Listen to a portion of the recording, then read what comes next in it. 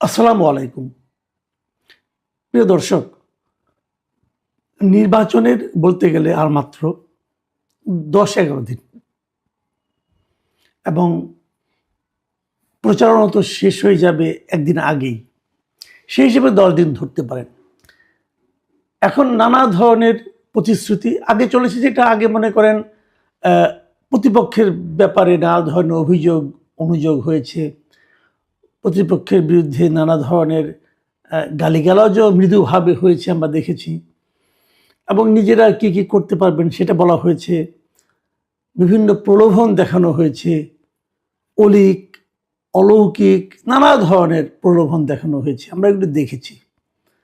প্রলোভনগুলি দেখানো হয় মানুষকে আকৃষ্ট করার জন্য, যে আমাকে ভোট দিলে এটা পাবেন, ওটা পাবেন, আমি বেহেশতের টিকিট দিয়ে দেব আপনাকে, ইহকাল পরকালের সমাধান হয়ে যাবে সব, এগুলি তো আমরা শুনেছি। আবার এর বিপরীতে আমি বিএনপিরও কিছু প্রতিশ্রুতি দেখেছি। তো বিএনপির প্রতিশ্রুতি খুব বেশি একটা না, কয়েকটা দেখেছি। তারা ফ্যামিলি কার্ড দেবে, তারপরে তারেক রহমান সাহেব শুরুর দিকেই বললেন উনি করাল বস্তিতে বস্তিবাসীদের জন্য ফ্ল্যাট দেবেন, এগুলো প্রতিশ্রুতি হয়েছে। আমি বরাবরই বলেছি যে প্রতিশ্রুতি আপনি যতই দেন সেগুলো বাস্তবায়নযোগ্য কিনা, মানে একটা সরকার সে সমস্ত প্রতিশ্রুতি বাস্তবায়ন করতে পারবে কিনা, সেটা একটা গুরুত্বপূর্ণ বিষয়।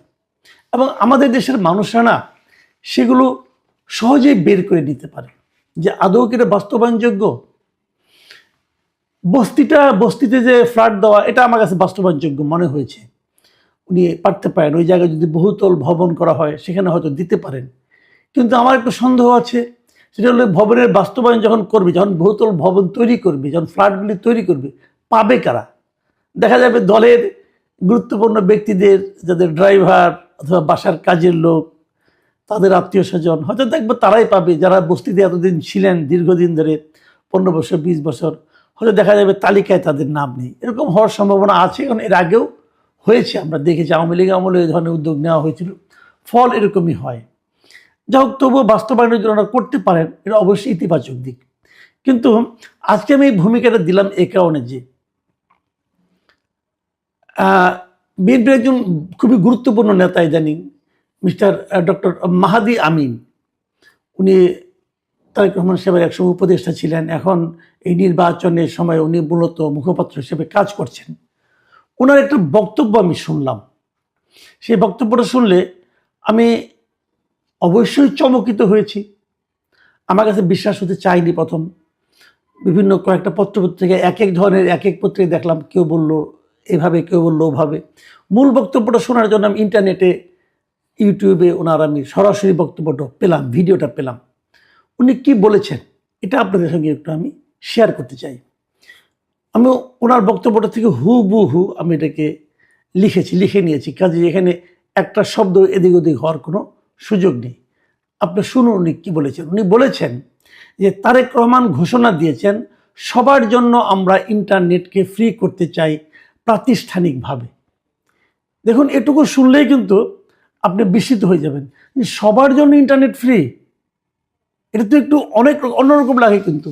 কারণ দেখেন, এই যে আমাকে অনেকে ফোন দেয় কিভাবে, গ্রামের থেকে ফোন আসে, ওরা ওই আপনার এমবি কিনে আমার বক্তব্য শুনে। আমাকে একজন বলেছিল যে বৃষ্টির দিনেও ঘরে বসে আসে, দেখি যে আমার মোবাইলে এমবি নাই, তারপরে আমি দোকানে যেয়ে আবার এমবি কিনে নিয়ে এসে মোবাইলে আমার কন্টেন্ট শুনেছেন, এটা বলেছিলেন আমাকে।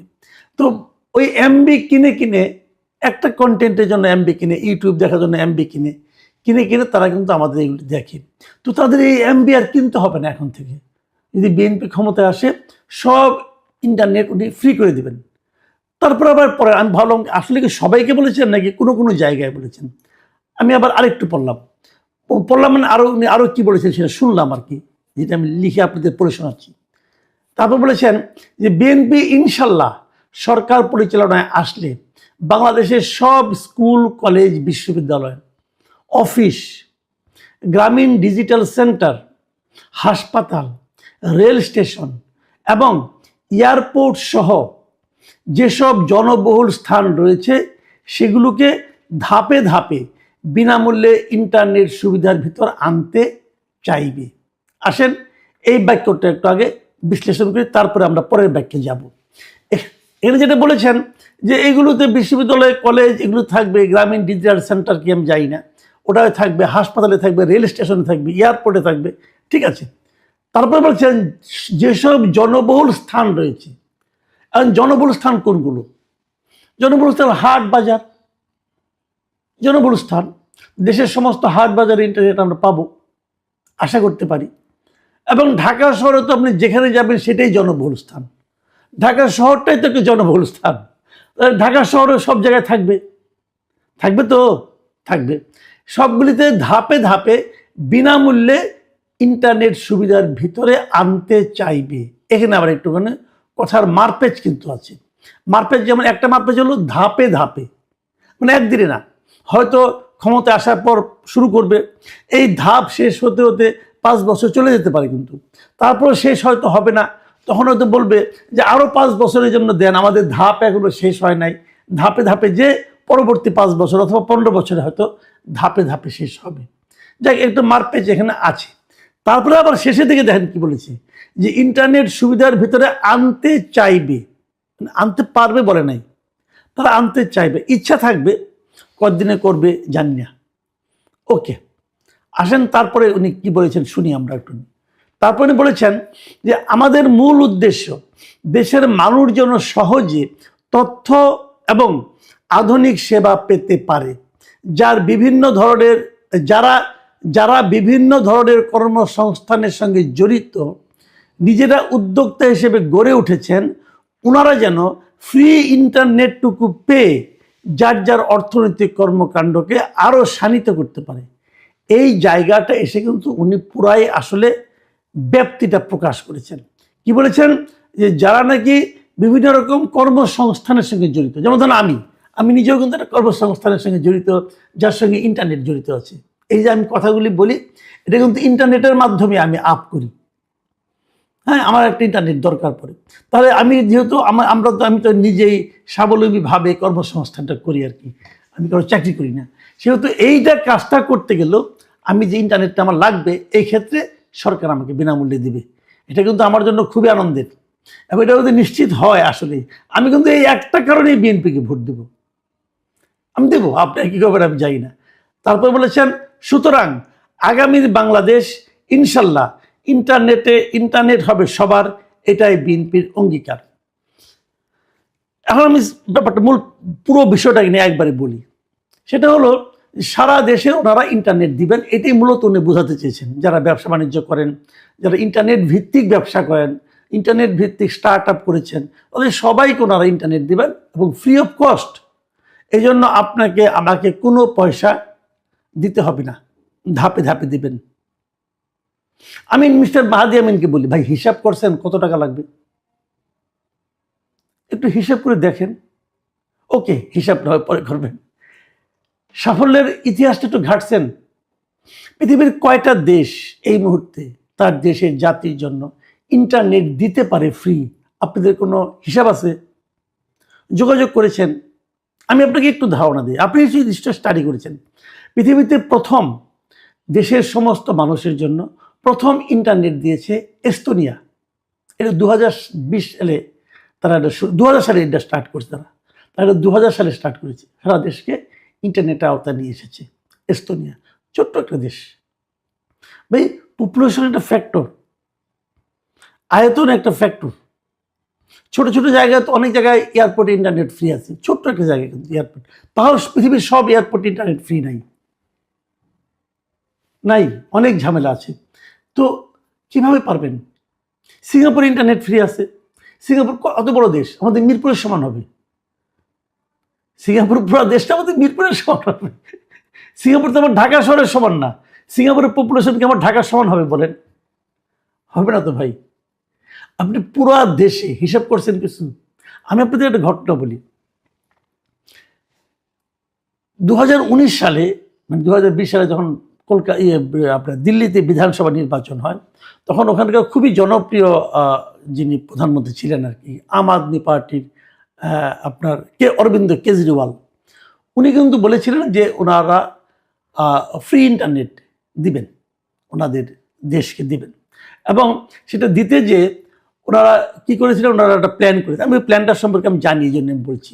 ওনারা একটা প্ল্যান করেছিলেন যে ওনারা পুরো দিল্লিকে কভার করে ওনারা 11,000 হটস্পট করবেন, মানে 11,000 জায়গায় বড় রাউটার বসাবেন আর কি। ওইটাকে দিলে পরে 11,000 জায়গা করলে পরে সেটা মোটামুটি পুরো মানে দিল্লি শহরটাকে আপনার ওয়াইফাইয়ের আওতার মধ্যে আনা যাবে। এর মধ্যে 4,000 হটস্পট লাগানো হবে বিভিন্ন বাস স্ট্যান্ডে, বিভিন্ন এরকম জনবহুল জায়গায়, আর 7,000 থাকবে দিল্লির বিভিন্ন জায়গায়, মানে একটা স্পেস ধরে ধরে ধরে ধরে, যাতে নাকি পুরো দিল্লিটা কভার হয়। এটা ওনারা করেছিলেন। এবং তারপরে আরও একটা কথা বলেছিলেন, এই যে হটস্পটগুলি থাকবে এখানে প্রতিটা জায়গাতে 15 জিবি করে ডেটা মিলবে। 15 জিবি, খুব বেশি ডেটা না কিন্তু 15 জিবি। তাহলে মানুষ ওখানে টুকটাক টুকটাক কাজ দিয়ে বড় কারণ মেসেজ করা, তারপরে আপনার হোয়াটসঅ্যাপ করা, এগুলো হয়তো টুকটাক তারা করতে পারে, বড় বড় ডাউনলোড হয়তো করা যাবে না। তো এইটা তারা করতে চেয়েছিলেন। ইন্টারেস্টিং হলো কেজরিওয়াল এই কাজটা শেষ করতে পারে নাই পরবর্তী 5 বছরে, জাস্ট পারে নাই। এখন তো কেজরিওয়াল সরকারই নাই, তাহলে ওই কাজ শেষ। কাজেই মাহাদি আমিনকে আমি বলছি, ভাই এত সহজ না জিনিসটা করা। হিসাব নিকাশ করেন, আপনার কত টাকা আছে দেখেন, মাঝখান থেকে যে জিনিসটা হবে এই কাজ করতে যে আপনি হয়তো আপনার দলের কিছু লোকের একটা কর্মসংস্থানের ব্যবস্থা করে দিবেন, যে তোমরা হটস্পট লাগাও, আবার হটস্পট কার কাছ থেকে কিনবেন, এগুলি হবে, এগুলি পারবেন না। তারপরে ধরলাম আপনাদের সদিচ্ছা আছে, আপনারা করতেও চান, আপনাদেরকে করতে দেওয়া হবে না। এখন যেটা আছে, এখন যারা ওয়াইফাইয়ের ব্যবসা করেন, বিভিন্ন রকম বড় বড় ওয়াইফাই কোম্পানি কিন্তু আছেন বাংলাদেশে। আপনি যখন আপনার এই বিকাশে যাবেন, যে দেখবেন যেখানে বিলিং সেটিংয়ে যাই দেখেন যে ওয়াইফাই বিল দিতে গেলে কতগুলি লিস্ট আসে, কয়েকশো আছে, পুরো ঢাকা শহরে আছে এরা ওয়াইফাই দেয়। এদের সবার ব্যবসা আপনি বন্ধ করে দিবেন, এরা আপনাকে ব্যবসা করতে দিবে? এরা করতে দিবে আপনাদেরকে? দেবে না। এখানে অনেক টাকা ইনভেস্টমেন্ট কিন্তু হয়ে আছে। যারা এই ওয়াইফাইয়ের ব্যবসা, এদের তো মাঝখানে মাঝে মাঝে দেখি এরা প্রেস কনফারেন্স করে যে ওই বিভিন্ন গ্রামীণ, তারপর রবি, তারপরে আপনার বাংলা লিঙ্ক, এরা কেন তাদের ওয়াইফাইটা নিয়ে যাচ্ছে, এটা নিয়ে তারা কিন্তু নানা রকম কান্নাকাটি করে, ব্যবসা করে, এবং সরকারের কাছে অনুরোধ করে। এই সরকার আবার ওই গ্রামীণদের ব্যবসা পাইয়ে দেওয়ার জন্য ওই সমস্ত জায়গা নাকি ওয়াইফাই তার সহ ওয়াইফাই করে, তাদের ব্যবসার ক্ষতি হয়ে যাচ্ছে, কিন্তু তাদের কথা সরকার শুনছে না। এরকম নানা ধরনের কথা কিন্তু আমরা প্রতিনিয়ত শুনি। আমিও দু একটা এরকম মিটিংয়ে গিয়েছিলাম, আমার যাওয়ার ভাগ্য হয়েছিল, তাদের দুর্ভাগ্যের কথা শুনতে হয়েছিল আমাকেও। তো এই গ্রামীণ, রবি অথবা বাংলা লিঙ্ক, এদের মতো প্রতিষ্ঠান আপনাদেরকে এই কাজটা করতে দিবে? এদের যে পুঁজি, এদের যে ক্ষমতা, এদের যে বিভিন্ন মানে বড় বড় স্টেক হোল্ডারদের সাথে যে সম্পর্ক, সেখানে আপনার সরকার পারবে না ভাই। যেটা পারবেন না সেই প্রতিশ্রুতি দিতে যান কেন? আমি সবাইকে বলবো, বিভিন্ন সরকারের যারা নাকি সরকার আগামীতে আসতে চান তাদেরকে বলবো, ভাই এই বেহেস্তের টিকিটও বিক্রি করেন না, এটা পারবেন না, এটা আপনার দেওয়ার ক্ষমতায় নাই। সরকার সিগনেচার করে দিলে বেহেস্তের দ্বার রক্ষিত তাকে ঢুকতে দিবে না, এটা যেমন সম্ভব না, এই ওয়াইফাইটা লজিক্যালি সম্ভব। এটা দিতে পারলে দেশের অবস্থা চেঞ্জ হয়ে যাবে, এটা লজিক্যালি সম্ভব, কিন্তু প্র্যাকটিক্যালি আপনি পারবেন না। সবার কাছে অনুরোধ, জনগণকে মিথ্যা আশ্বাস দিয়েন না, জনগণকে অলিক স্বপ্ন দেখায়েন না, যেটা বাস্তবতার কাছাকাছি থাকে সেটা বলেন। দেখুন মাহাদি আমিন কিন্তু বলেই খালাস, যখন না পারবেন লোকে কিন্তু মাহাদি আমিনকে খুঁজবেন না, লোকে তারেক রহমানকে খুঁজবেন। কিন্তু তারেক রহমানের রাজনৈতিক ভবিষ্যৎটাকে ঝরঝরে করে দিয়েন না মিস্টার মাহাদি আমিন, এটা কোনো ভালো কাজ না। প্রিয় দর্শক, এখন এ পর্যন্তই। আল্লাহ হাফিজ।